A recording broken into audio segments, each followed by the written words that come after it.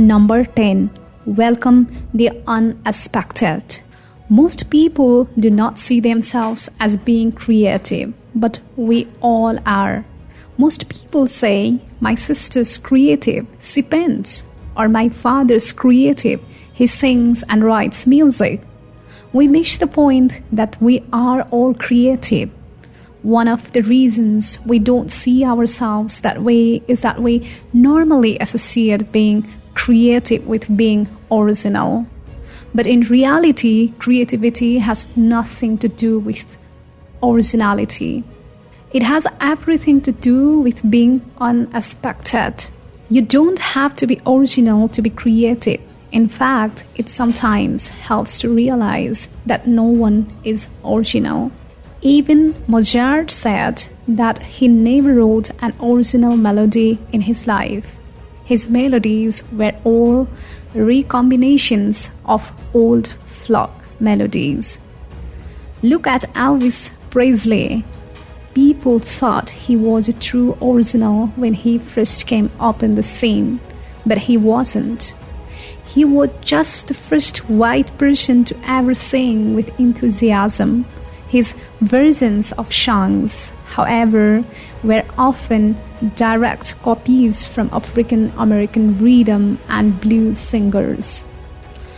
Elvis acknowledged that his entire style was a combination of Little Richard, Jackie Wilson and James Brown, as well as a variety of gospel singers.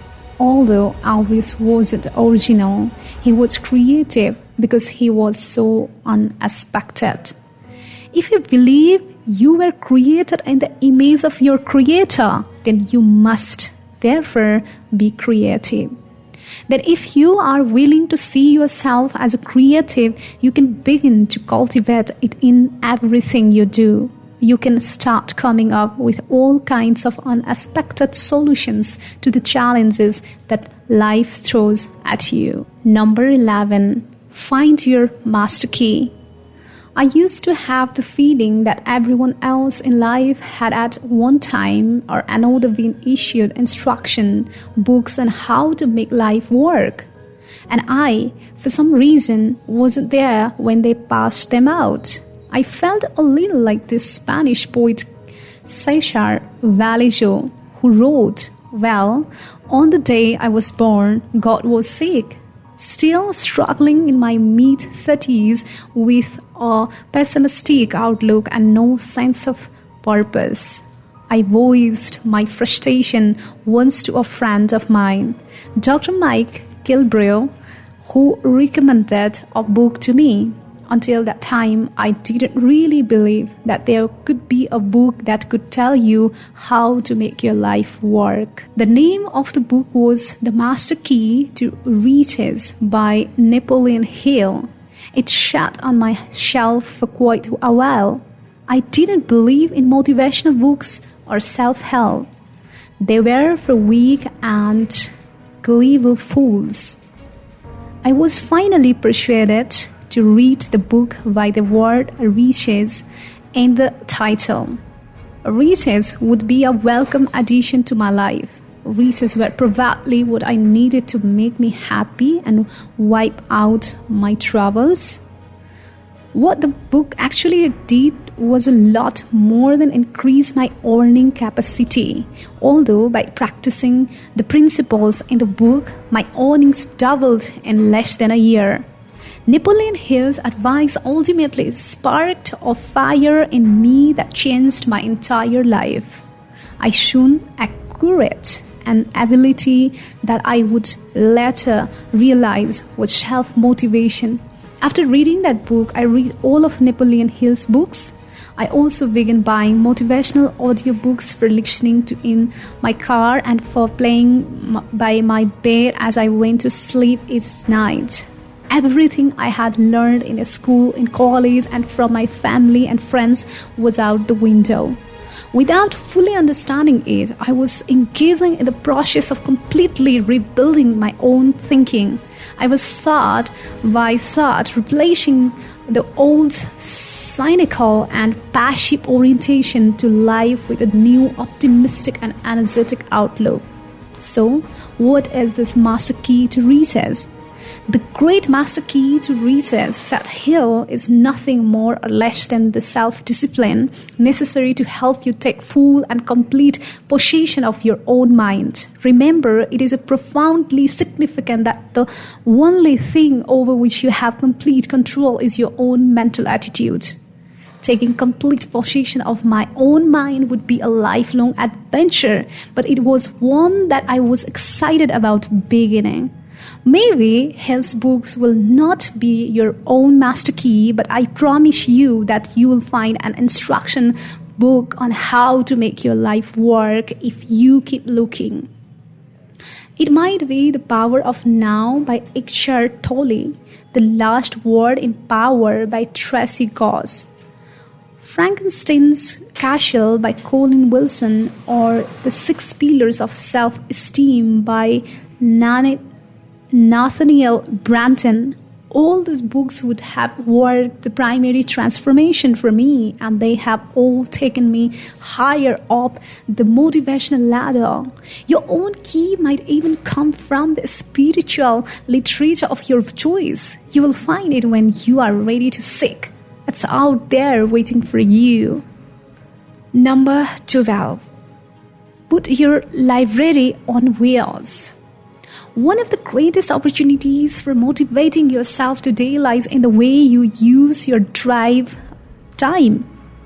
There is no longer any excuse for time in the car to be downtime or frustrating or time that isn't motivating. With the huge variety of audio tapes and CDs now available, you can use your time on the road to educate and motivate yourself at the same time. When we use our time in the car to simply listen to hip-hop and to curse traffic, we are undermining our own frame of mind. Moreover, by listening to tabloid-type news programs for too long a period of time, we actually get a distorted view of life. News programs today have one goal: to shock or sadden the listener. The most vulgar and horrific stories around the state and nation are searched for and found. I experienced this firsthand when I worked for a daily newspaper. I saw how panicked the city desk got if there were no murders or rapes that day. I watched as they tore through the wire stories to see if a news item from another state could be gruesome enough to save the front page. If there is no drowning, they will reluctantly go with a near drowning. There is nothing wrong with this. It's not immoral or unethical. It feeds the public's hunger for bad news. It's exactly what people want. So, in a way, it is a service. But it reaches its most damaging proportion when the average listener to a car radio believes that all this bad news is a true and fair reflection of what's happening in the world. It's not. It is deliberately selected to spice up the broadcast and keep people listening. It is designed to horrify, because horrified people are a riveted audience, and advertisers like it that way. The media have also found ways to extend the stories that are truly horrible, so that we don't hear them just once. If a plane goes down, we can listen all week long as an investigator peeks through the wreckage and family members weep before the microphones. A week later, playing the last words of the pilots found in the black box on the air extends the story further. In the meantime, while we are glued to our news stations, air safety is better than ever before. Literally, millions of planes are taking off and landing without incident.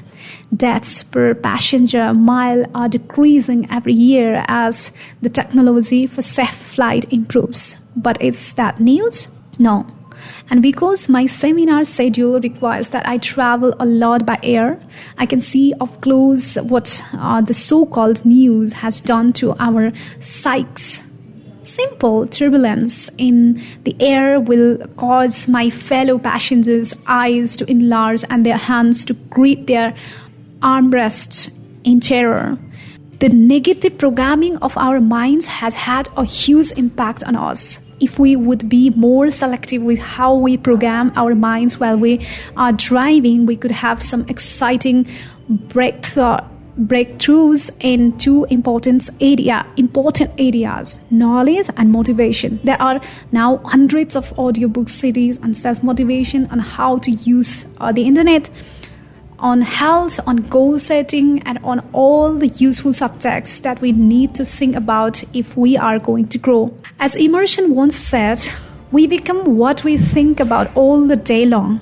I first heard that sentence years ago while driving in my car listening to an Earl Nightingale audio program. If we leave what we think about to chance or to a tabloid radio station, then we lose a large measure of control over our own minds. Many people today drive a great deal of the time. With motivational and educational audiobooks, it has been estimated that drivers can receive the equivalent of a full semester in college with 3 months worth of driving.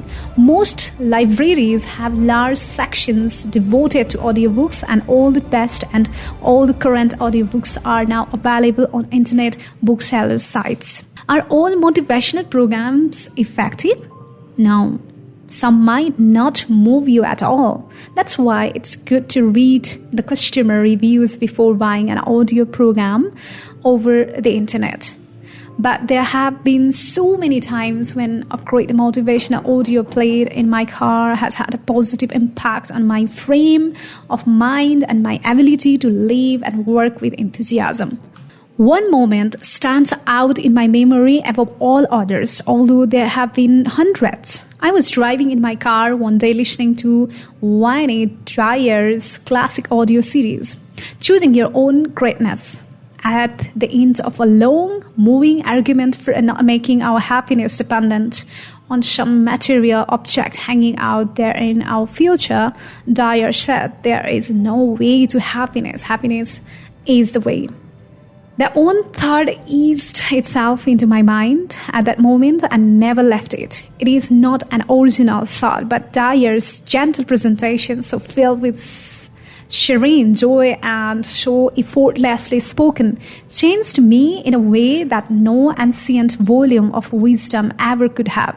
That's one of the powers of the audiobook form of learning. It stimulates an extremely intimate one-on-one experience. Wayne Dyer, Maureen Williamson, Caroline Mesh, Barbara Sher, Tom Peters, Nathaniel Brandon, Earl Nightingale, Alan Watts, and Anthony Robbins are just a few motivators whose tapes have changed my life. You will find your own favorites. You don't have to find time to go read at the library. Forget the library. You are already driving in one.